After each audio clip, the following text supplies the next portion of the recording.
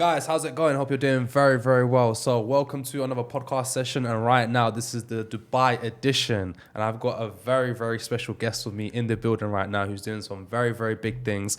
Airbnb, SA related, but also property related as well, amongst other things as well. And we're going to go much deep into that amongst other things as well. But without further ado, here's the man himself. Thank you for having me, mate. Cheers. All good. Adam Rana, how's it going, bro? You're Very right? good. Thank you. We love the traffic and the growth in Dubai, right? Yeah.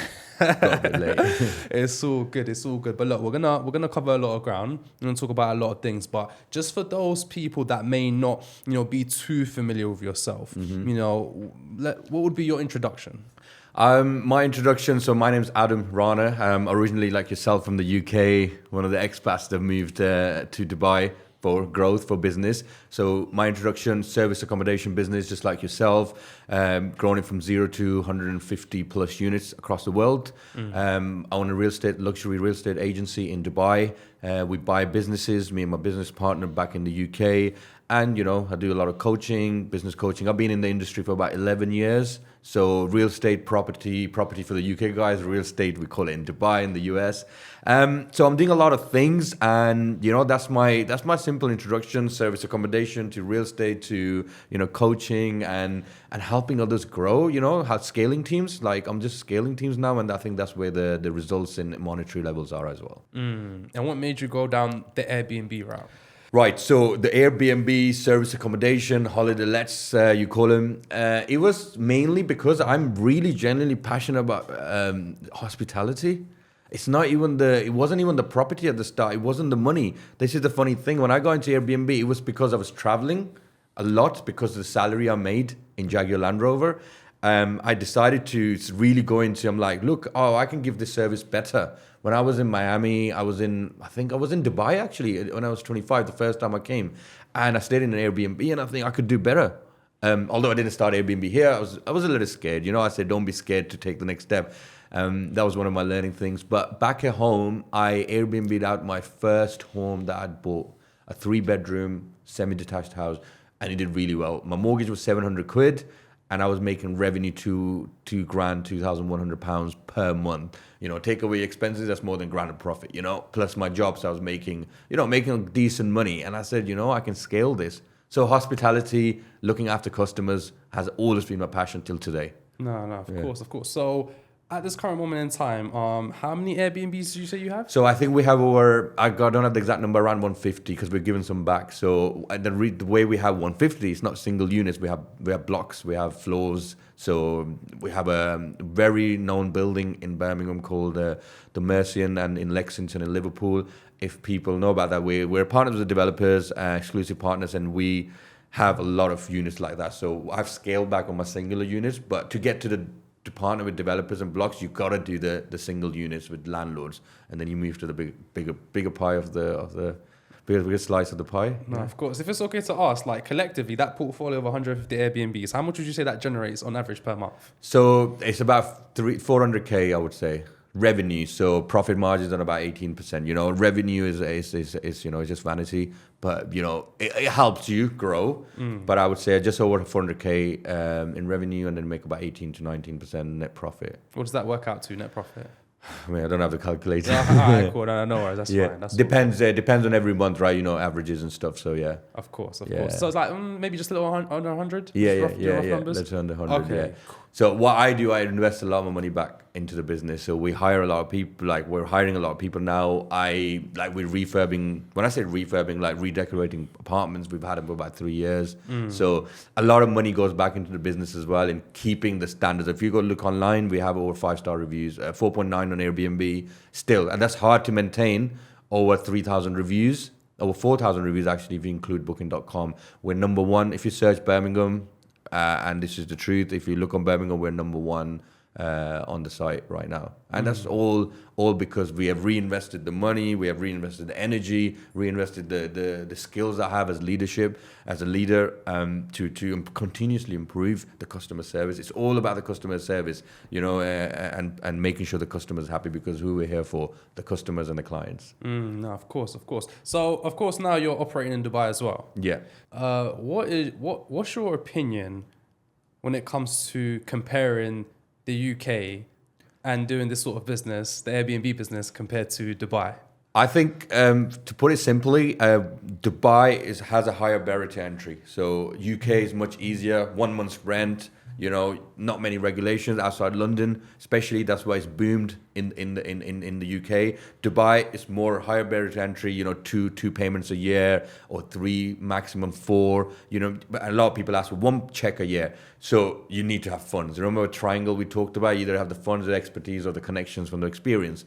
So if you don't have the funds, you're already taken out, or you raise finance. So a lot of big companies are here, or a lot of companies is backing with funding. So that's probably challenging for a lot of people. Licensing, again, to set up a company is about 7 to 8 grand pounds, maybe £10,000 depending on what type of structure you're setting up. Again, you don't have that. You're not able to enter the market because you can't run the business here without the correct licensing or the correct funding behind you. That's just the basic first to start with. Okay, but in terms of the overall market, in relation to the demand, the amount that can be made if done correctly, what would be your importance? I think Dubai is one of my 2022 was one of my best years in Dubai. Dubai was ranked number 1 in Airbnb in the world. So yes, it's one of the greatest markets to be in. Right now, if I was to give you an honest opinion, it is rather challenging because a lot of entries have happened from companies and just because of the growth of Dubai. So you gotta differentiate yourself as you would have to in the UK as well. So I love competition, but there's just more competition now. And that's to say, if you're a thriving and a hungry entrepreneur, this is the market to enter because if you don't perform, you're not going to get paid. If you perform, the value in any industry, not just Airbnb, you will get paid heavily. So the returns are very good here. So if you buy a property and Airbnb is very good, if you sublease a property is very good, but you got to make sure you have the right design, the quality, newer apartments, and the returns are much better than the UK. 100% much better than the UK, but you got to have the base foundations there. Because I've been speaking to a few people, and of course, I've heard different things, but one of the things that stands out a lot is, I don't know the exact percentage, but I've been hearing a number that's been thrown out, which is around 40%. So 40% of, I believe, and I might be wrong, all properties in Dubai are run as Airbnbs.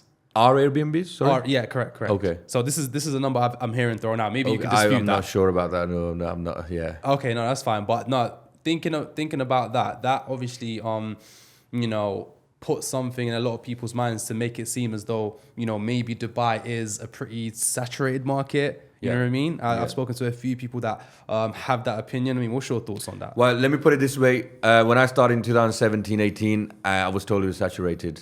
And I don't need to say much more. Again, here I am. Again, goes back to my point. Saturation is everywhere. Go to Miami. I just flew back from Miami and I was in Mexico. Booming. Absolutely booming. If anyone tells you the world is struggling, many people may not agree, but it's not me. Business classes are full. First class is full. There's a lot more money after COVID than there is now. Before. So saturation is a perceived saturation. Yes, it can be harder if your quality is low. If you can't generate leads, it's going to be harder. So usually people who complain about competition and saturation, in my opinion, and it's an opinion of any successful person, is because they can't keep up with the competition that's performing. So if you're telling me Blue Ground is one of the biggest companies, you're telling me they're sitting there and saying, yeah, sorry, mate, saturation is really high. They've got over 900 units, 1,000 units, and they operate in New York, Paris, I think London as well.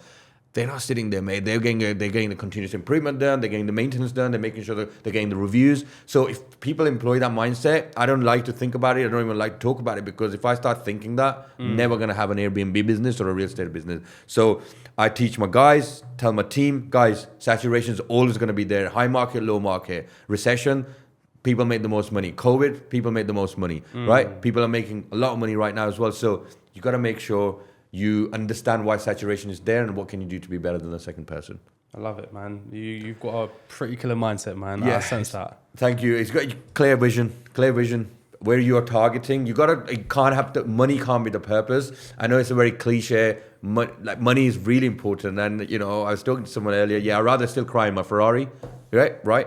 But understand, every single young guy or older starting guys, you gotta put the work in. And two main things: quality, performance, and customer satisfaction. 2 things that focus any business you're in, you'll win. 100%, 100%. We're obviously we're both involved in the Airbnb service accommodation space.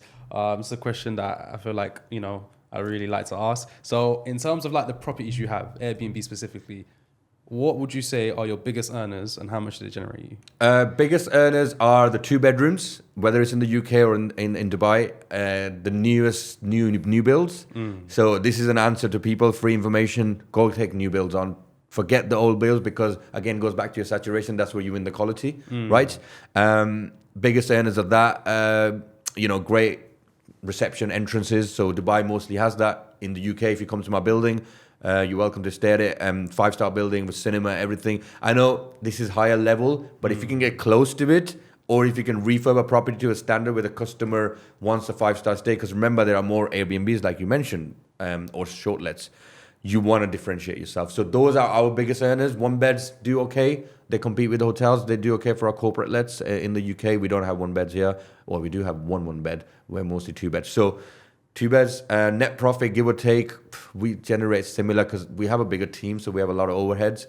£1,000, £1,200 net, give or take, similar. Maybe a little bit more here in Dubai. We make about 1,500, 1,600 on the subleasing side. Okay. Yeah. So just because we have more properties, overheads are higher. We employ people, so software costs and all of that. Okay. How big is your team?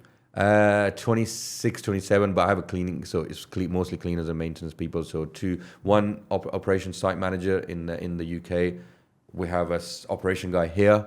And we outsource our cleaning here, so we don't have a big team here. But in the UK, I have a cleaning company and a maintenance team, and a driver for driving the van around to deliver the linen and all that. So okay. So you're more based in Dubai now, right? Yeah. So why what made you wanna be based over here and spend more time over here compared to the UK? Well, let me tell you why I'm sitting next to you here, because of network, meeting new people like-minded. This is the place that I can work.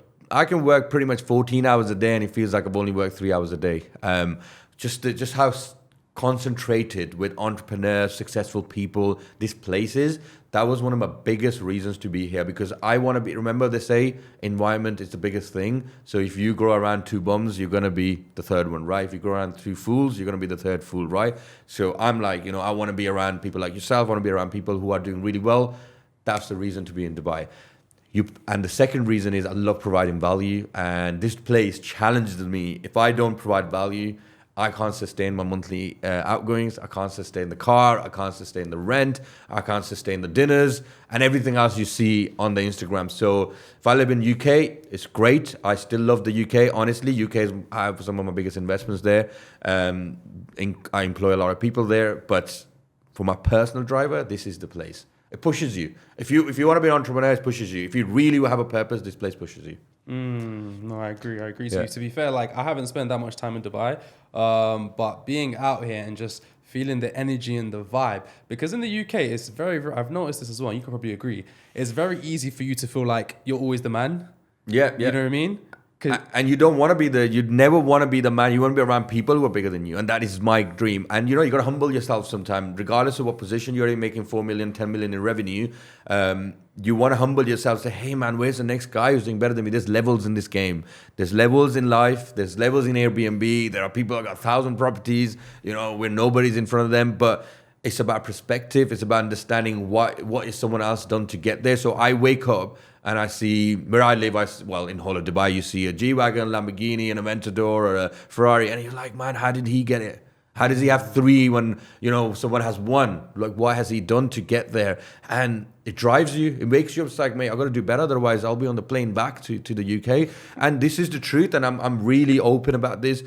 I don't wake up every day thinking, yeah, man, I made it. You think you got to sustain this. The biggest thing people will understand, sustaining a 5-year business, more businesses fail after 5 years than they do in the first year. So more businesses fail after 5 years than they do in the first year. People think they fail in the first year more. No, they fail after 5 years, because sustaining a business and an income that we're talking about is harder, because you have more people suing you. More people saying, hey, mate, it's your fault because you live in Dubai. Literally, the truest thing I'm going to say, I've been told because someone's seen my story and someone's turned around and said, mate, it's your fault because you're living in Dubai on in a nice place. And I said, look, it's not an overnight thing. I was cleaning the apartment that whole business started with. And that's the truth. There's WhatsApp chats, everything's still there. I've documented this on my one of the first podcasts I did, like, cleaning, fixing the IKEA stuff and putting it together. So yeah, that's the reason, mate. You know what they say, man, only the paranoid survive, man. Yeah, 100%. So gotta give it all, man. But you gotta bring energy to the table. And even today I've been working, and I'm bringing full energy as much as I can today. Okay, no, of course. So we spoke a lot about the Airbnb stuff. In terms of the other property related stuff that you're involved with, talk to us about that.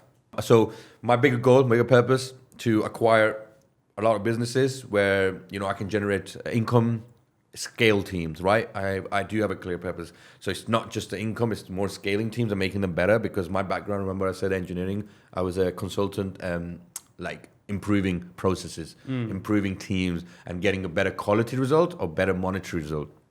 So we acquired a real estate company. I've been in real estate for 11 years, done deals in sales before as a broker in the UK and here. But we decided to buy a company rather than start one, because this is more, you have the systems in place, you have somewhat team. We bought a boutique one, so it's a small company. We have about 11 agents.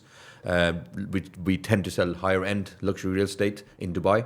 So one of my main businesses now, which I'm actively involved with, is hiring sales teams to grow and help investors buy the right property with the right location, right budget, right ROI, and what they're looking for. So that's what we do now. I wanted to bring my own experience for the client, say, hey, I'm an investor. I know how things work. I'm not just a sales guy.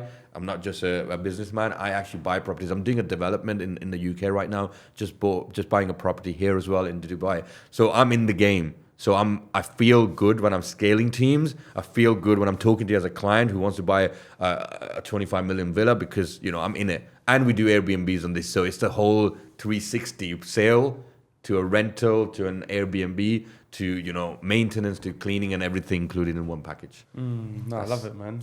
That's it. Yeah, no, I love it. I love it, bro. Honestly, it's a lot of people will listen to this, or like it's actually easier than you think if you really. It doesn't matter what business you're in. That's why I'm in different industries, different businesses.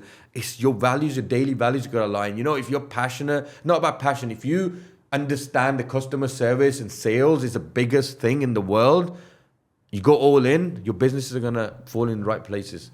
And humans. Humans training, make sure you interact with the humans that you're with. Mate, I used to, reviews, right? Sorry, I'm going deep into this, reviews. So I used to do this trick where at the early days when I had 2, 3, 4 properties, every guest that I checked out, I would call them up about 24 hours later. Don't call them because they might be on the plane, they might be driving, they're not going to like that because they just finished a holiday. Call them and say, hey, just wanted to touch base with you. I am Mr. Adam, I'm the owner of the company, a small business. Would like to get your feedback so I can grow my small business and grow my dream. Literally, I would tell them the truth, grow my dream, right? You know how many people will love that? The people will want to help you grow your dream. You'd be surprised. And they say, okay, you don't want a subjective answer, you want an objective answer, right? So you say, would you rate me out of 10 on the phone? What do you think? And if they say 9, if they say 8, then you say, oh, what could I have done to get the 2? And they will get the answer. They will say, hey, could I had more, more tea and coffee, more of this. And you know where to improve. And then you do that. And then if they say 10, you're winning. And then once you got them happy, say, hey, can you leave me a Google review or leave me an Airbnb review as well? That would definitely make it. And you know what I'll do for you? I'll give you a 10% discount. Save my number. When you scale, you don't ask that. You get your team to do that. But save my number, and that's just sales. Now you're integrating operations, customer service with sales, because it's a whole 360 loop. That's amazing, man. That's amazing. That's the answer, man. That's how I did it. Literally, there's no secret. Let me ask you a question, Adam. Do you feel like you would have, because obviously you come from the UK, now you're in Dubai. Do you feel like if you would have stayed in the UK, you would have leveled up as faster? Good question. I have my opinion on it. Yes, I would have. I'll tell you why. And I would not have as well. Like both sides, I look at it from, because I realized very quickly, 2 years being into the business, one of my mentors told me that put yourself in the right people, right around the right circle, right? So in UK, I did put myself, some of my friends own £1 million of houses, they drive Ferraris through hard work and successful. That's their outcome, right? I have that circle in the UK. So I think I could have, because that's just me. I don't think everyone can. You need a boost. Dubai is a boost. So if you can come to Dubai, even if you can't live here, spend a bit of time in Dubai. Don't come here to go to Five Palm. Don't come here to party, right? That is, mate, I'm not partying for a long time, right? A lot of people go outside this weekend. They come from the UK. Yeah, I'm going to have a weekend. I'm in Dubai. I've seen you on Instagram, seen me on Instagram. I was like, where are you right now? Oh, mate, I'm on the 5 Palm Beach. Oh, yeah, that's not going to help, is it? So Dubai gives you the boost, but Dubai actually really eats you up really quickly as well. But yes, I would have done it. That's me. But not many people can do it without this boost. So yes, move yourself to Dubai and fucking put yourself in the right circle. And one more point I want to add on that, right? No one's going to let you in the right circle if you've got no value to add. I don't, right? It's just, don't you think? I know you get DMs, I get DMs. I'm like, man, no, I'm not going to meet you for a coffee. First, you did not even fucking speak to me properly the way you messaged me, and there's no value to add. Why would I waste my time if you don't have value? So networking events, right? Whether it's Dubai, UK, a lot of people just exchange numbers. Well, what value are you adding to me? Even me, when I'm like here today, I said, what value am I adding to you? Why would you want to be my friend? Why would you want to be my business partner? So any networking events, any younger, older people are going to, always think when I'm walking to this networking event or walking to Dubai or even London. London is the greatest, I think it's the greatest city. Take the crime out and everything. If you want to make, there's a lot of wealth, all money there. No one's going to talk to you if you got no value to add. And you don't have to have 150 properties. You can be a corporate worker, right? You work in a job. Even if you work in a retail job, say, hey, I have communication and sales skills. So I'm going to help you with my sales skills, and you're Mr. Landlord. But you know what? Let me help you sourcing, for example. Let me help you get this because I have the sales skills in River Island. Perspective, man. Perspective. But people don't want to fucking do that, right? No, we appreciate that, man. We appreciate the inspiration, Adam, man. We'll leave your social links in the description. We're around as well. It's been a pleasure having you come on board. Problem. And yeah, bro, man, we look forward to seeing. Honestly, yeah, come again to Dubai. Anyone wants to come to Dubai, they can reach out to me. I will be open if you want to, if you want to help with Airbnb real estate. I'm happy to help anyone, you guys.